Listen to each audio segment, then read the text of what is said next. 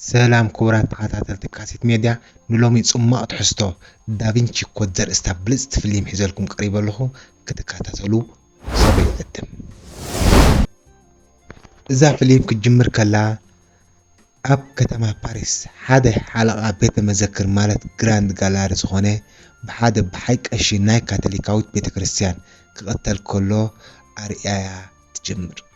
እቲ ቀሺ ነቲ ዋርድያ ክቐትሎ ዝወሰነሉ ሓንቲ ኪስቶን ትበሃል መፍትሕ ንሆሊ ግሬይል ወይ ድማ ጽዋዕ ናይ ኢየሱስ ክርስቶስ ጥዕኑ መፍትሕ ደልዩ ነይሩ።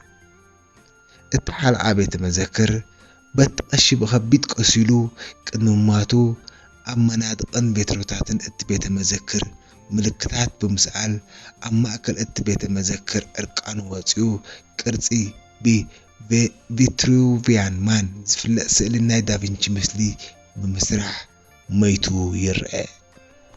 ኣብ ዝቐጸለ ምርኢት እቲ ነቲ መርመራ ገበን ብሓላፍነት ሒዝዎ ዝነበረ ፖሊስ ነቲ ምልክታት ተዓዚቡ ንፍሉጥ ኣሜሪካዊ ክኢላት ስነ ምልክታት ዝኾነ ፕሮፌሰር ሮበርት ላንግዶን ክሕግዞም ካብቲ ዝምህረሉ ዝነበረ ዩኒቨርሲቲ ፀዊዖም የምጽዎ። እቲ ፖሊስ ንፕሮፌሰር ላንግዶን ንምንታይ ምስቲ ሓለቓ ቤተ መዘክር ቆፀራ ሒዙ ከም ዝነበረ ይሓተሞ። ላንግዶን ምስቲ ሓለቓ ቤተ መዘክር ቆፀራ ከም ዝነበሮም ይኹን እምበር ኣብ ቦቱ ቆፀራ ከም ዘይመጾ ይሕብሮ።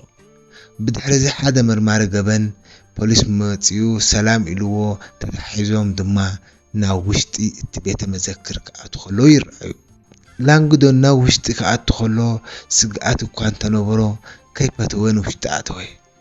ኣብ ውሽጢ እቲ ቤተ መዘክር ድማ እቲ ሓለቓ ተጸጢሑ ኣብ ኣካላቱን ኣብ ከባቢኡን ስእሊ ተሳኢሉ ርእዩ ቀስ ኢሉ ክምርምሮ ይጅምር። እቲ መርማሪ ድማ ተወሰኸ ስእልታት ከም ዘሎ ሓቢሩ በብሓደ ይርአዮ። ፕሮፌሰር ላንግዶን ድማ ቀስ ኢሉ ነቲ ምስጢራዊ መልእኽቲ ክርድኦ ይፍትን። እቲ መርማሪ ገበን ግን ንፕሮፌሰር ላንግዶን ከም ቀዳማይ ጥርጥርዩ ኣቐሚጥዎ ነይሩ። እዚ ከምዚ ኢሉ እንከሎ ሓንቲ ካብ መደበር ፖሊስ ዝተላእከት ጓል ናብ ፕሮፌሰር ላንግዶን ካብ ኤምባሲ መልእኽቲ ኣለዎ ብምባል ሞባይል ተቐብሎ። ብድሕሪኡ ብቴሌፎን ክዘራረብ ምስ ጀመረ ህይወቱ ኣብ ሓደጋ ከም ዘላ እቶም ፖሊስ ንዑ ጠርጢሮሞ ከም ዘለውን ክሃድም ከም ዘለውን ዝሕብር መልእኽቲ ይበጽሖ። እቲ መርማሪ ድሓን ዲኻ ኢሉ ኣብ ዝሓተተሉ ፕሮፌሰር ላንግዶን ህፁፅ ጉዳይ ረኺቡ ከም ዘሎን ጽባሕ ንኣሜሪካ ከይድ ምዃኑ ሓቢሩ ናብ ሽንቲ ቤት ክኸይድ ይሓድድ። ኣብ ሽንቲ ቤት እታ ሞባይል ዝቐበለቶ ልእኽቲ ትጸንሖሞ እቲ ሓለቓ ቤተ መዘክር ኣብ ባሓጎ እዩ ብምባል ፖሊስ ከም ዘይኮነት ነጊራ ኣብ ባሓጎ ኣስቱር መልእኽቲ ገዲፍሎም ከም ዘሎን ነቲ ኣብ ቦታ ፍጻመ ገበን ዘሎ ምስጢራዊ መልእኽቲ ክፈትሕዎ ተሓቶ።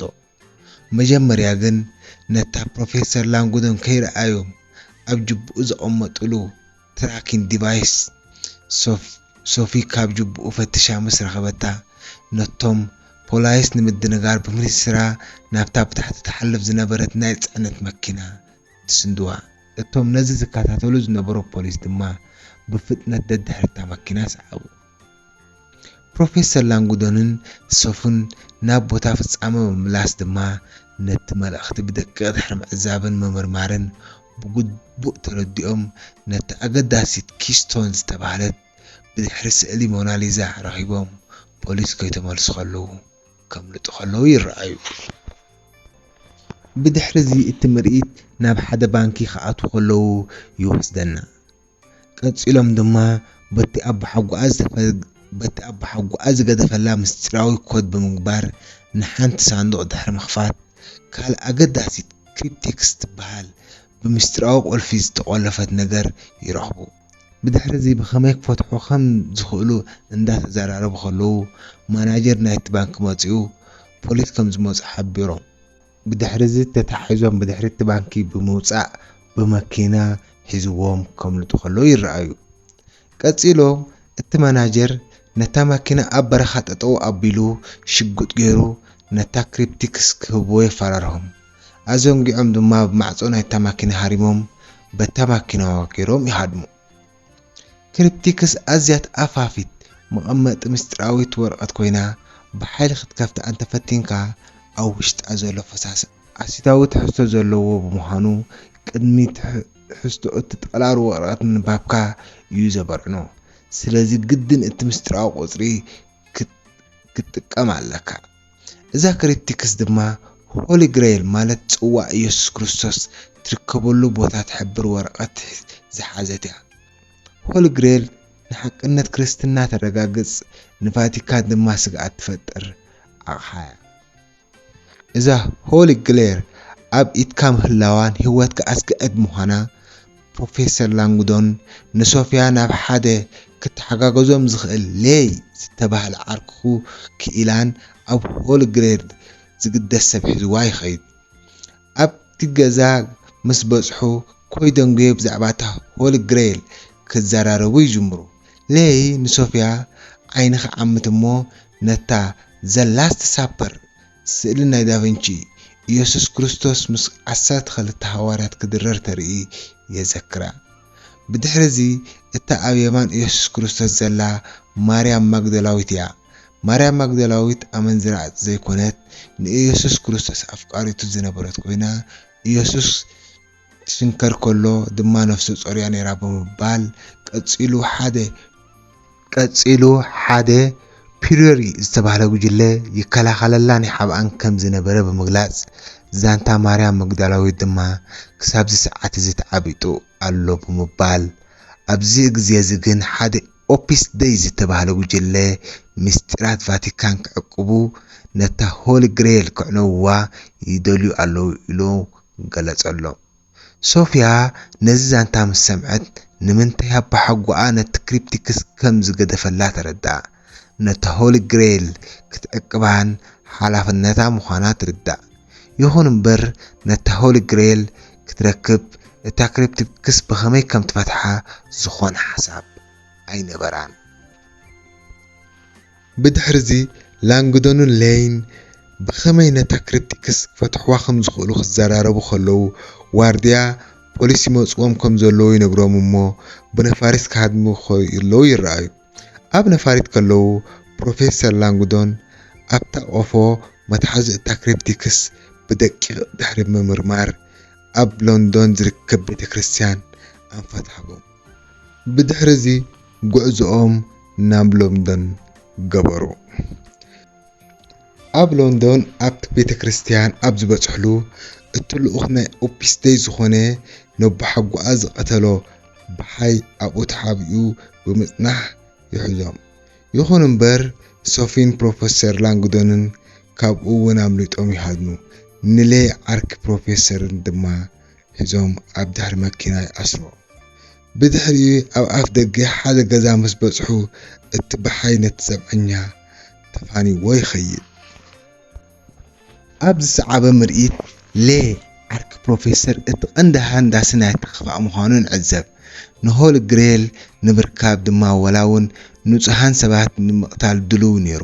ቀጺሉ ሌይ ምስቲ ዘብዐኝኡ እናዓለለ መስተ ይህቦ። እቲ ዘብዐኛ መስተ ምሰተ ኣይደንጉየን ዓፊሩ ክመውት ይርአ። ቀጺሉ ድማ ሶፊን ፕሮፌሰር ላንግዶንን ብዝከኣሎም ነታ ክሪፕቲክስ ክኸፍትዋ ይጽዕሩ። ኣብ ብቕጻል ናብ ናይ ኣይዛክ ኒውቶን መቓብር ዝርከበሉ ዌስት ሚኒስተር ኣቢ ይኸዱ። ኣይዛክ ኒውቶን ዋና ኣባል ናይታ ፒሪዮሪ ዝበሃል ጉጅለ እዩ ነይሩ። ምናልባት ገለ ምልክት እንተረኸቡ እዮም ኣብቲ መቓብር ዝኸዱ። ይኹን እምበር ካብ ትጽቢቶም ወጻኢ ኣብኡ ሌይ ሽጉጥ ሒዙ ይጸንሖም። ብድሕሪዚ ንሶፊያ ነታ ክሪፕቲክስ ክትፈትሓ ይእዛእ። ይኹን እምበር ንሳ ድማ ክትፈትሓ ከምዘይ ትኽእል ትነግሮ። ሌይ ድማ እናጨደረ መፍርራ ይቐጽል። ላንግዶን ብግድኡ ግዜ እንትሂብዎ ክፈትሓ ከም ዝኽእል ይነግሮ። ብድሕሪዚ ላንግዶን ነታ ክሪፕቲክስ ሒዙ ክሓስብ ይርአ።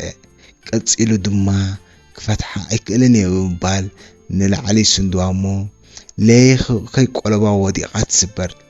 ሌይ ብሕርቃን ንሶፊያ ክትኩሰላ ክብል ፖሊስ መጺኦም ይኣስርዎ። ብድሕሪዚ ፕሮፌሰር ላንግዶን ሌይ ብፖሊስ ተኣሲሩ ክኸይድ ከሎ ክዕዘብ ድሕሪ ምጽናሕ ሓንቲ ጠቕላል ወረቐት ቦታ ናይ ሆሊ ግሬል ትሕብር ንሶፊያ ኣውፅኡ ይህባ። ብመሰረት ዝረኸበ ሓበሬታ ናብቲ ሆሊ ግሬል ትርከበሉ ኣብ ስኮትላንድ ዝርከብ ሮዛሊን ቻፔል ዝበሃል ቦታ ይኸዱ።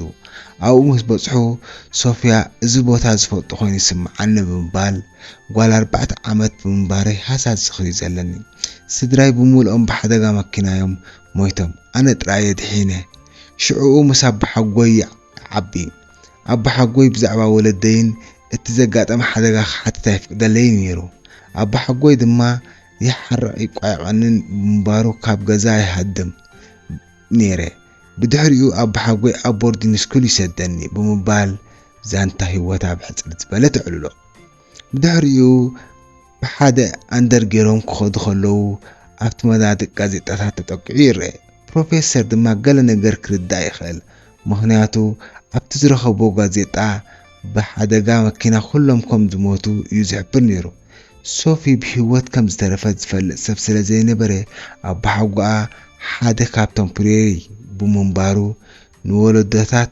ማርያም ማግደላዊት ማለት ደቂ ኢየሱስ ይከላኸል ነይሩ ሶፊ ድማ እታ ናይ መወዳእታ ወለዶ እያ ነይራ ሶፊያ ተሃገሪማ ትርአ ቀፂሎም ንላዕሊ ኣብ ዝደየብሉ ኣባላት ፕሪዮሪ ዓባያ ሓዊስካ ተኣኪቦም ብምጽናሕ ሰላም ይብልዎም ዓባያ ድማ እንቋዕ ገዛኺ ብድሓን መጻኪ ትብላ ኣብ መወዳእታ ናይዛ ፊልም ፕሮፌሰር ላንጉዶን ንፓሪስ ክምለስ ከሎ ሶፊያ ግን ኣብኡ ትተርፍ ላንጉዶን ጭሕሙ ክላጺ ከሎ ይጥባሕ እሞ ብደሙ ድማ ኣብቲ ላቫንዲኖ ቅርጺ ሴፍ ይስራሕ ላንጉዶን ነዚ ምስ ረኣየ ትርጉም ናይ ክሪፕቲክስ ይርዳእ እሞ ብቐጥታ ድማ ናብ ቤተ መዘክር ይኸይድ ኣብኡ ድማ እቲ ልክዕ ቦታ ሆሊ ግሬር ይፈልጥ ኣብ ትሕቲ እቲ ቤተ መዘክር ብሕቡእ መቓብር ማርያም መግደላዊት ኣርያ እታ ፊልም ትዕጾ